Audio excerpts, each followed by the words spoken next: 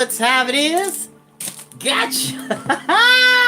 Like a fool, I've put away my supplies without actually hooking them up. I always over anticipate my next move. Hold on. Hold on, y'all. I just get overly excited. Get everything ready. Hold on! Well, it pays to be short in this life. Hold on.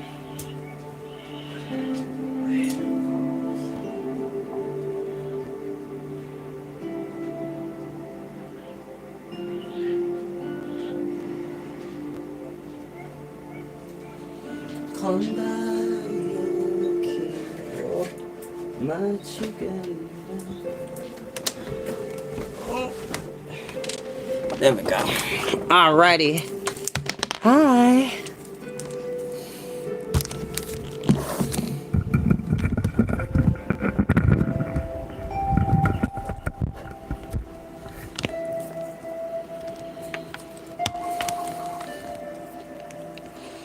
Hey, hey, hey, you know what time it is. Alrighty, as I always say, you don't have to watch these videos when they go live. You're more than welcome to watch them in your downtime, nap time, max relax, and chillaxing time. In between time, mean time, scheme time, study time, break time, CP time, any time that you want to hear a highly animated voice bring you wonderful stories of magic, fantasy, science fiction, adventure, and many, many more in between. Hi, lovelies, we're back on my favorite day of the week. Happy Wednesday, happy Odin's Day. Yeah, for all my Norse friends. Yeah, it's Wednesday, the day I was born. Not my actual birthday, but I was born on a Wednesday. My birthday is October 2nd, but I always love Wednesdays. I'm a middle child. It's the middle day of the week. Something good always happens to me and the people around me every Wednesday, so I always feel blessed and very happy to look forward to each and every day, but especially Wednesday. Now, let's go ahead and get started. And no, I don't own the music that you're listening to in the background, which is brought to you by our friend Mr. Ambiance. Please check them out. Like, share, subscribe to show them some love. And we're going to go ahead and get started.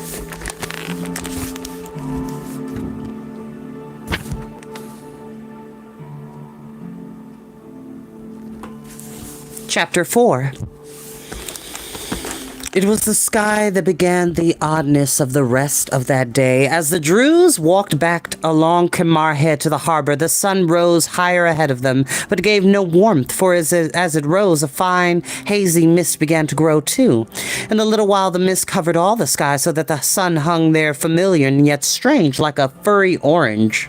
A furry orange. It's interesting. I love orange. I love oranges, but furry orange? I don't know. Heat haze, said Simon, when Jane pointed this out to him. It's going to be a nice day.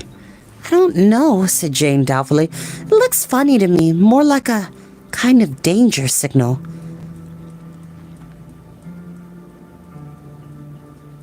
By the time they had finished their large breakfast at the cottage, served by a sleepy Mrs. Penhallow, the haze was thicker.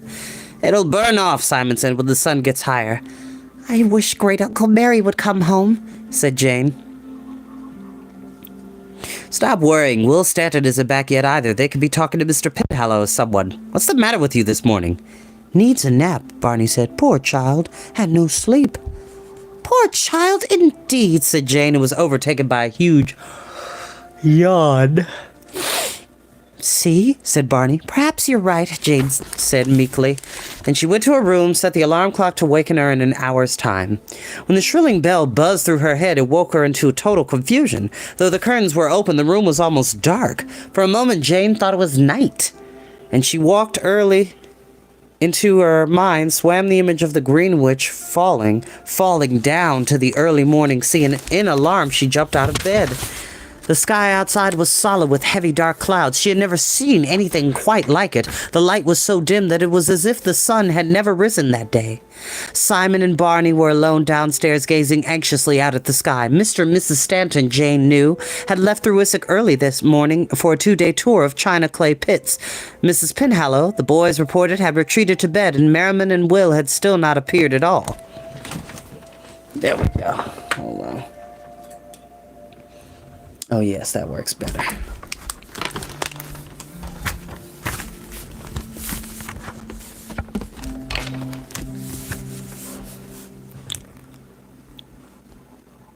What could Gummery be doing? Simon said. Something must have happened.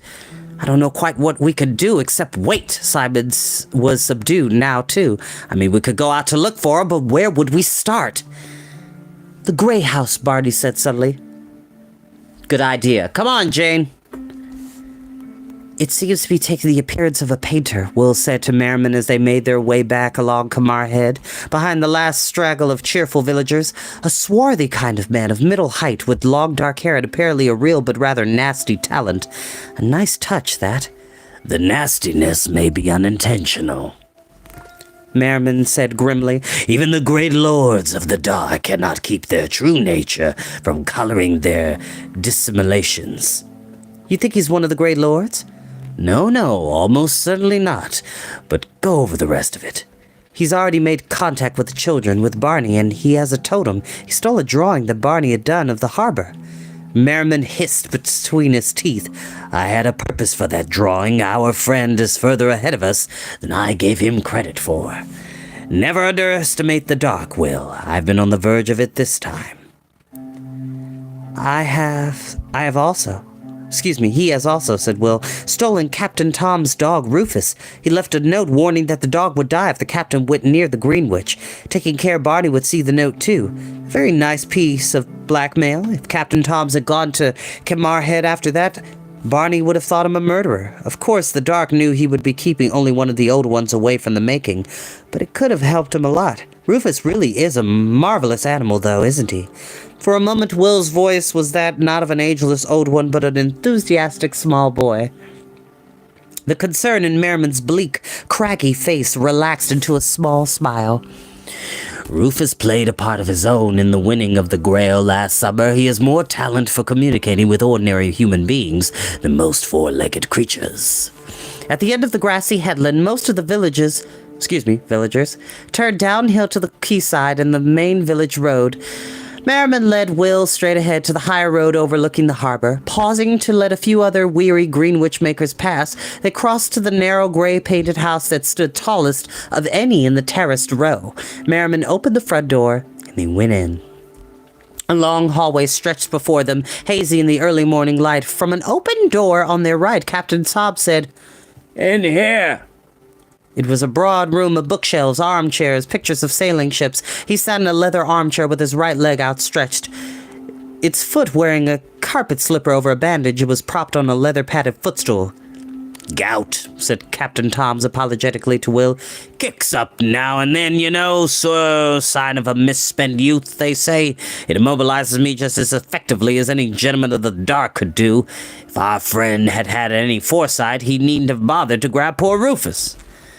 "This is a gift he lacks, I think." Merriman spread-eagled himself on a long sofa with a small sigh of relief. "I'm not quite sure why, since he is clearly of some rank.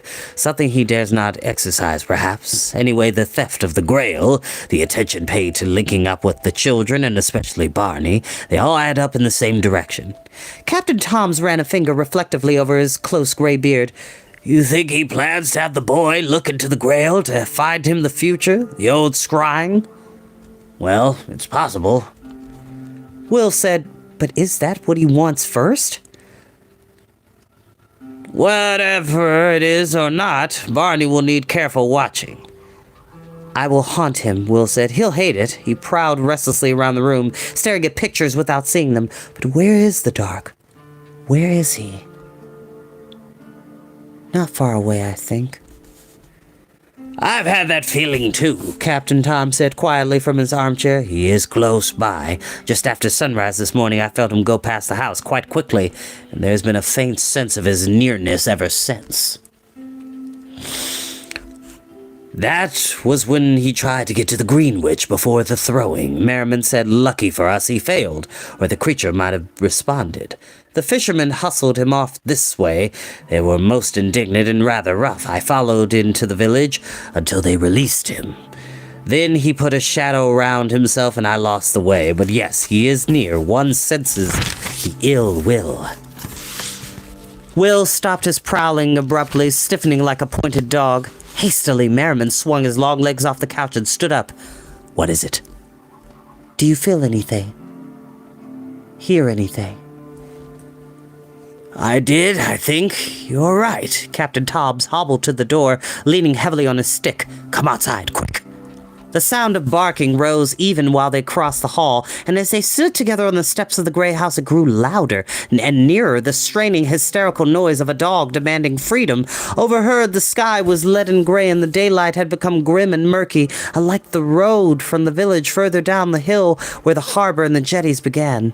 A red flurry of speed came hurtling towards them, with the dark figure of a man running after it. Will said sharply on a high note of alarm, "But look, the children!"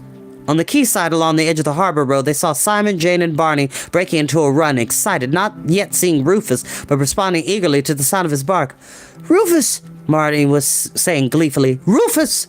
The old ones stood poised, waiting. As Rufus rushed joyfully round the corner towards the children, they saw the dark man raise his hand. In midair, the dog froze, motionless, and dropped like a log of wood right in the children's path. Simon, thrown off balance, too late to veer aside, tripped helplessly over him and fell hard to the ground. He lay still. Jane and Barney skidded to a halt, aghast. The dark man neared him, paused, raised a hand pointing at Barney. Only Simon saw. Lying on the ground, facing the hill, drifting back out of the moment of black unconsciousness that swallowed him when he hit the ground, he blinked his dazed eyes open, and he saw, or thought he saw, 3 shining figures in a great blaze of white light. They towered and grew, their brilliance blinding Simon's eyes. They seemed to be swelling towards him, and he closed his eyes against the pain of the light. His head was full of whirling noise still. He was not properly out of unconsciousness. Excuse me. Afterwards, he was able to tell himself that it was all imagination, confusion after a blow. But the overwhelming sense of awe that had swept over him never afterwards quite left his memory.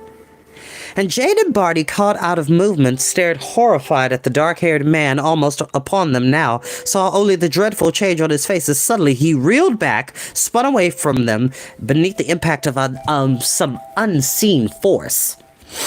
Snarling with malignant fury, he seemed to be fighting a tremendous battle with nothing. His body was rigid, the fighting was all in his eyes and the cold line of his mouth. There was a long, horrible moment of waiting as the dark figure rose and froze fiercely, twisted under the gray light of the dark sky. Then something in him seemed to snap, and he flung round without another glance at them, rushed away, and he was gone. Rufus moved, whining. Simon stirred and sat up. He got to his hands and knees over the dog and patted his head groggily. Rufus licked his hand, struggling to get his 4 wobbly feet like a newborn calf. "I feel like that too," said Simon. Carefully, he stood up. Jane prodded him with a nervous finger. "Are you all right?" "Not a scratch." "What happened?" "I don't know. There was such a bright light." His voice trailed away as he tried to remember. "That was from banging your head," said Barney. "The man. You didn't see him. He was right on top of us, and then, I don't know, something stopped him. It was weird." "As if he had some kind of fit," said Jane. "He sort of writhed about with this awful look on his face, and then he just dashed off." "He was the painter, the one who took my drawing." "Was he really? Of course he stole Rufus, too. That was why—" But Barney was not listening. He stood gazing up at the high-sloping road beside the harbor. "Look," he said in a flat voice. They looked with him. Striding down towards them from the direction of the gray house came Merriman. His jacket flapped open, his hands were in his pockets, his wild white hair lifted in the breeze that was beginning to stir all around. He said when he reached them, "You're going to get wet if you stand about waiting for the rain." Jane glanced up distractedly at the darkening sky. "Didn't you see what happened just this minute?" "Some of it," Merriman said. "Are you hurt at all, Simon?" "I'm fine." Barney was still gazing at him with a bemused look on his face. "It was you, wasn't it?" he said softly. "You stopped him somehow. He's from the dark." "Come now, Barney," Merriman said briskly. "There's a large assumption. Let us not conjecture where your unpleasant friend came from. Just enjoy the fact that he is gone, and Rufus safe and sound back again." The red dog licked his hand, feathery tail waving furiously. Merriman rubbed his soft ears. "Go home," he said. Without a glance round, Rufus made off up the hill beside the harbor, and they watched in silence as he disappeared into the side entrance of the gray house. Barney said, "That's all very well, but I thought you brought us here to help." "Barney," said Jane. "You are already helping," Merriman said gently. "I told you, be patient." Simon said, "We came out to look for you. We thought something might have happened." I was just in the Grey House chatting with Captain Toms. Will Stanton hasn't come home since the Greenwitch thing either. Just sightseeing, I dare say. I expect we shall find him at home when we get back. Merriman glanced up again at the lowering gray clouds. A long, low rumbling came from the sky over the sea. Come along, he said. Home before the storm breaks. Excuse me. Jane said absently. That means somebody's talking about me. I'm yawning so much. Jane said absently, as they trotted obediently to keep up with his long, loping strides, "The poor Greenwitch, all alone there in the sea. I hope the waves don't smash it all to bits." They scrambled up the last narrow steps of the cottage as they reached the door. White light rippled open the sky, and a huge thumping crash echoed and re-echoed all around the bay. Merriman said through the noise, "I don't think they will." Jane stood again on Kimbar Head, but now she was alone, and the storm at its height. It seemed neither night nor day. The sky was gray all around, heavy, hanging, sharp lightning split it. Thunder rumbled and thudded, echoing back from the inland moors. Gulls whirled and screamed in the wind. Below, the sea boiled, waves raged. Tearing at the rocks, Jane felt herself lean on the wind, lean out over the cliff, and then leap high in the air, out, down, falling through the wind with the gulls swooping around her as she fell. There was sick horror in the falling, but a kind of wild delight, too. The great waves swirled to meet her, and with no shock nor splash nor sense of another element, she was still falling slowly, floating down through the green underwater where none of the wild frenzy from the storm above could reach. There was no movement but a slow swaying of weed from the deepest touch of the great ocean swells, and before her she saw the Greenwitch, which, by the way, seaweed is technically good for your skin when you're at a saltwater beach where you're in the ocean, but it is nasty. It's just nasty. It's just slimy. Ugh. All right. Ooh. Shouldn't do that. Bad habit.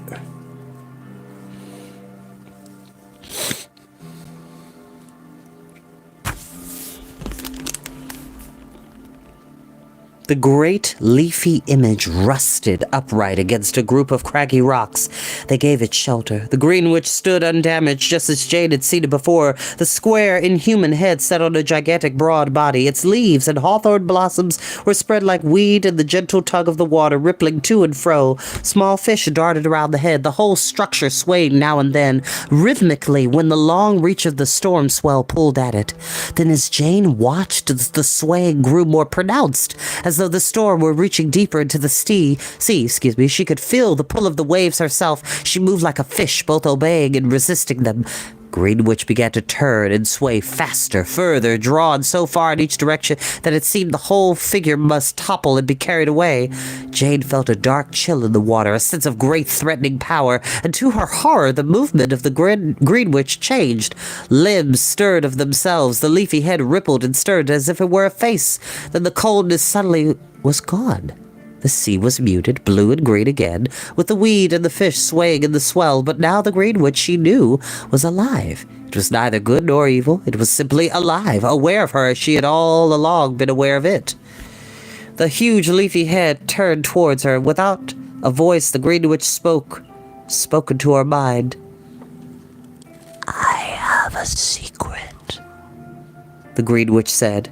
Jane felt the loneliness that she had felt in the thing up on the headland, and in the beginning, the sorrow and emptiness. But through it, she felt the Greenwitch clutching at something for comfort, like a child with a toy, though this child was hundreds of years old, and through all its endless renewed life had never had such comfort before. "I have a secret. I have a secret." "You are lucky," Jane said. The living tower branches bent towards her nearer. "I have a secret. It is mine. Mine. But I will show you if you promise not to tell. Not to tell. It's mine." "I promise," Jane said.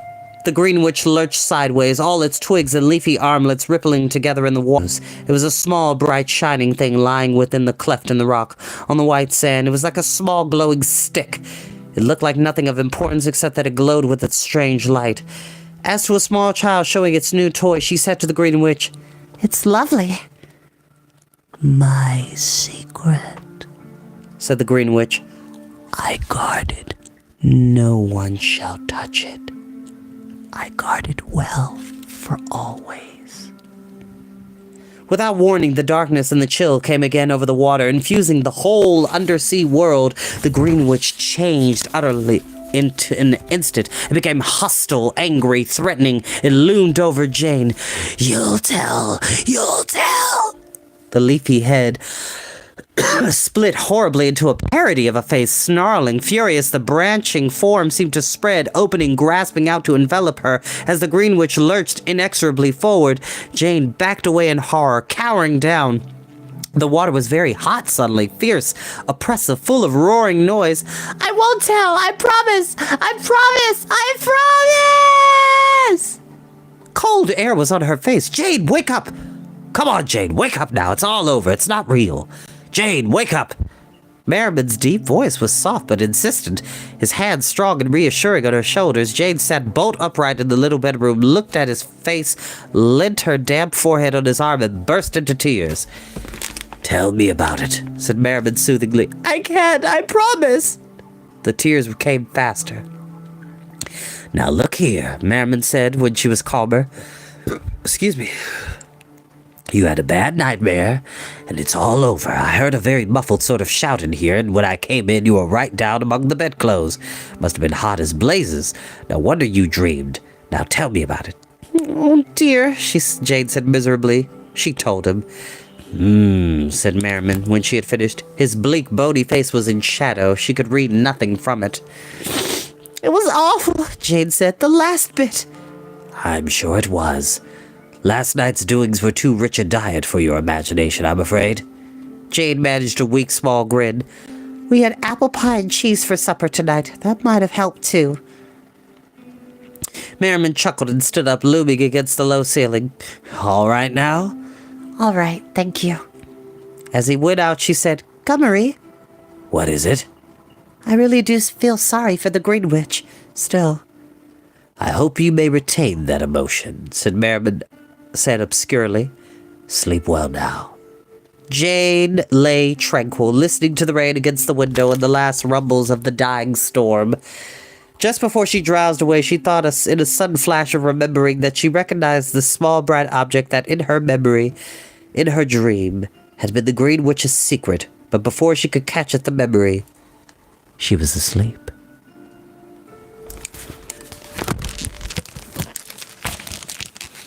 And that is where we will end for today. I hope you all enjoy our time together. As always, I will see you all next time. For tomorrow, I got a 2-chapter edition of the last book of a series of unfortunate events. We are going to be reading The End, which is book 13, and I'm going to be reading chapters 1 and 2 to you tomorrow. And then we have story time with Chris after dark for the adults at 9 o'clock on Friday. And then Sunday, we will be resuming our reading of The Hobbit. I know I've been putting that off for the last few weeks. I've just been super busy and swamped with work and other things, but I really appreciate your patience and love. Other than that, I will see you all next time. Bye, lovelies. Bye-bye.